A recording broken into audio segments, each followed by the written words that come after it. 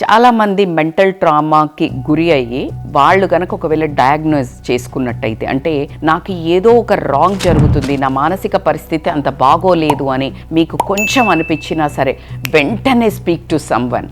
ఎవరు ఏమనుకుంటారు, లేకపోతే తల్లిదండ్రులకు చెప్తే ఏమనుకుంటారు, భార్యకు చెప్తే ఏమనుకుంటారు, భర్తకు చెప్తే ఏమనుకుంటారు అనుకోకుండా ఖచ్చితంగా మాట్లాడండి.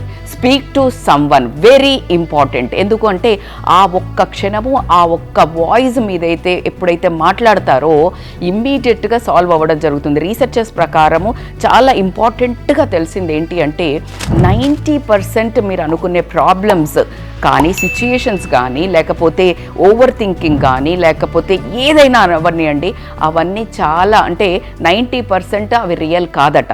సో ఈ రియల్ కాని వాటి కోసము మీరు చాలా మెంటల్ ట్రామా పడకుండా ఇమీడియట్గా మీ దగ్గర ఉన్న వాళ్ళతో ఖచ్చితంగా మాట్లాడండి, దగ్గర ఉన్న వాళ్ళని రీచ్ అవుట్ అవ్వండి.